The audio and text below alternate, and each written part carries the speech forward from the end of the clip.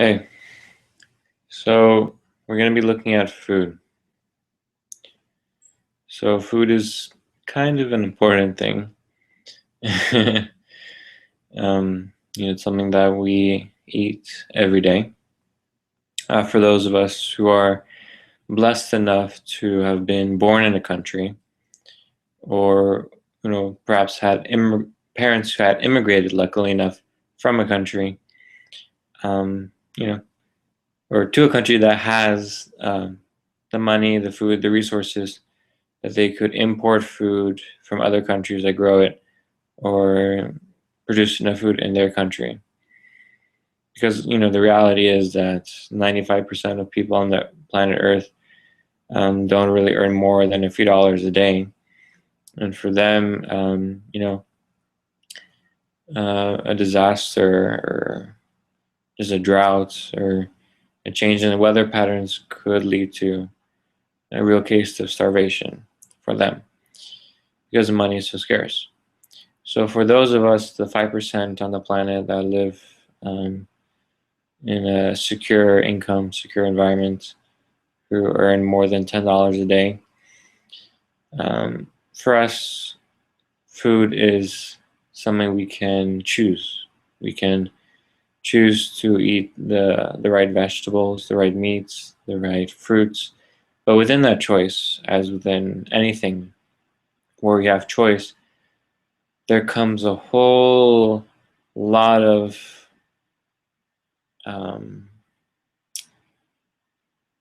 problems in deciding what is the right choice.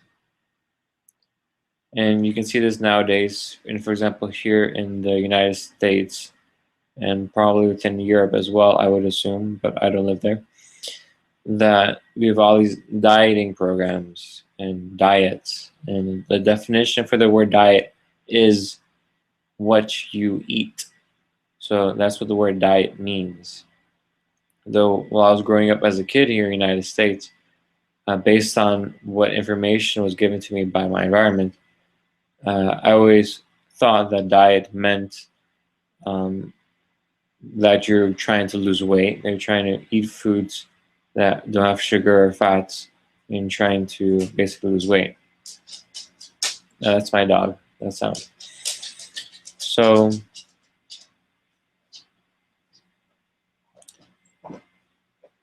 that was until I had a home ec teacher who actually taught vocabulary for related to diet, and that's how I learned diet simply meant the food you eat.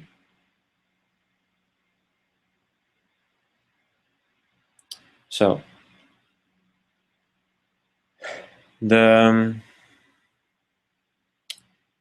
so for food and diet, here in the United States, we have the luxury of choice, and of course, we have so many different options, and we don't really know what is right necessarily, because on one side you have, for example, being vegetarian, or being vegan, or going organic, or going sugar-free, or going gluten-free, or going eating macrobiotics, or eating only carbs, or staying away from fats, or eating mostly proteins, or watching your calories, counting calories, or whatever situation may have you.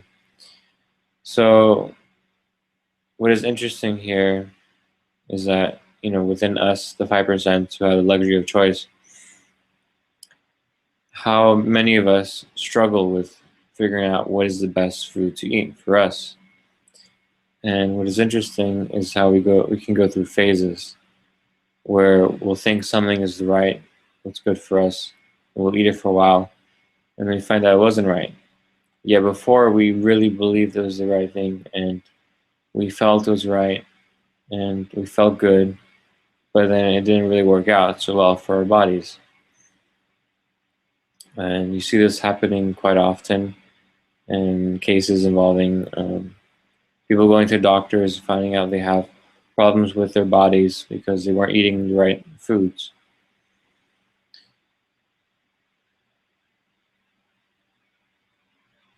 So I mean, it's really quite ridiculous when you look at it, that food is something that is there to sustain, to be sustenance for our bodies, to support our bodies, something that we eat daily. And yet, when you look at how people feel when they eat a certain diet, it becomes like a religion where they feel more holy, they feel special. It becomes part of their personality, who they are. That whatever food they eat, that defines them as a person. And they will accordingly judge other people whether they follow the same diet or not. And it becomes this whole game, which, is really kind of ridiculous. Where, for example, if you see someone who's eating food that you believe is bad for you, that you'll go ahead and project that onto them and believe it's bad for them and start telling them that you shouldn't be eating that. And then, of course, depending on the person, they may actually listen to you and then go ahead and listen to what you say. And that actually turns out to be a bad result for them and their body. And of course, all that is done within what? Within desire for a person to be right, desire for a person to know, desire for a person to feel that feeling that comes with that. And of course, it's all based within a point of inferiority, where a person is so inferior that they have to exert their control, their influence on the reality outside of them, to control their people, because that's how they feel secure then. Now, of course, this leads to consequence for other people. And of course, the point that we're not aware of, not being honest with, is that we don't know for sure. There's that point of honesty where we don't know for sure whether that diet for us is the same diet that would be best for another person. We can't even be sure that diet for ourselves is the best for us until we actually test it out for a good amount of time. And time is really the only test. And this has been shown in so many cases, so many situations, where someone tried this new diet that didn't work out for them. Yet other people swore on it, they said it was the best thing, they convinced them that it was. And of course, they fell for it because of maybe some trust within humanity or some willingness or maybe inferiority with themselves, or they will listen to other people, be influenced by other people, because they're not really standing who they are. The only point of food when it comes to responsibility should be your own body. That is the primary responsibility. And yes, you can support others within what foods you're eating to share, to help them get exposed to new things. But I mean, really, food is such a personal thing. And if you look at people out there and how they're living, we all are quite different in how we eat and how we live. And it's quite easy to make food a point of ego, a point of personality, a point of judgment, instead of it being simply the point of us supporting ourselves, supporting this body. And then, of course, here the real question is, what are you living for? What's your purpose in life? What do you care about? Because, you maybe, let's just take an example, like you're someone that's supporting something which isn't what's best for everyone, it's just best for you. Yeah, you may be sorting yourself with the best food, but I mean, are you really honoring that food? Because when we look at food, food is literally a gift from life, from this earth. That your body is a gift, your breath is a gift. That this basic point that we should be something that is actually honoring the food that we eat, that we live our lives such a way that honors the earth, that honors each other, that the substance of who we are is this physical world, to honor that. That point, of course, is missed entirely. The point of actually recognizing who we are as physical beings, as equals. I mean, with 95% of the people on this earth not having luxury of choice when it comes to food, I mean, how lost can we be? That us 5%, and it's us 5% that actually start complaining, like saying, it's a 99% versus 1%, when it's really like the 4% versus the 1%, and they're completely ignoring the other 90%, you know? Because 95% of people, they just can't live. You know, they don't have these luxuries of choices that the rest of us have, like in Europe, United States, these developed countries. And it's something that is suppressed or hidden, or when you hear about it, we just don't want to look at it, you know? But I mean, when you really look at this point, you know, where is the most of our food coming from? I mean, yes, we grow some food locally, but when you look at the imports, it's coming from other countries, typically from countries where people are poor, or at least 95%, where their food, the ones that they really can't have full access to, is actually exported to feed us here in Europe, United States.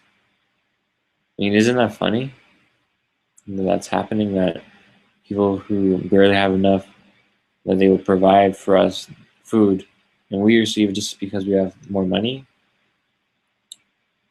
It doesn't really make any sense. So food, something that is here, something that is literally the physical body of things, the physical body of plants, the physical body of animals. And both plants and animals are both equal in this regard.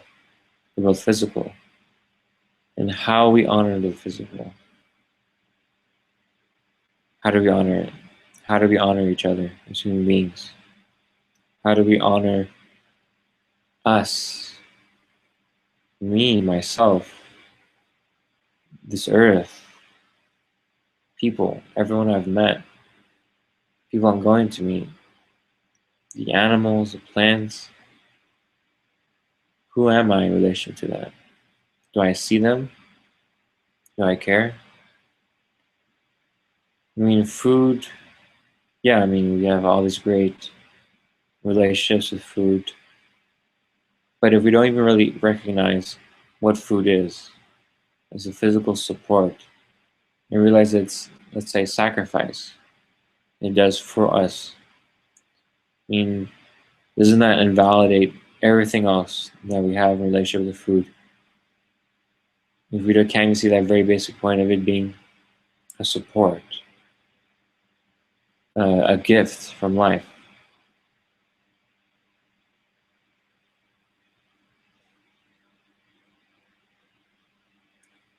So I would say, be like food, become food, be a gift for life, so that others may feed from you, just as food is feeding you, and thus creating a life of giving, receiving, where life becomes plentiful, where life flourishes for all. It overflows like a waterfall.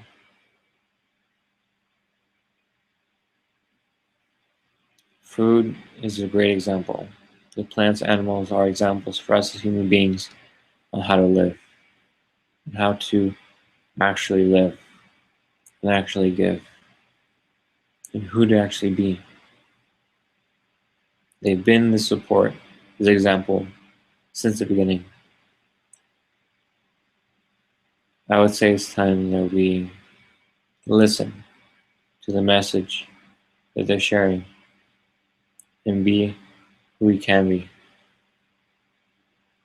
Where I say we need to be. There's no other choice to be what is best for everyone, including this earth, including the plants, including animals, including ourselves, each one, as equal.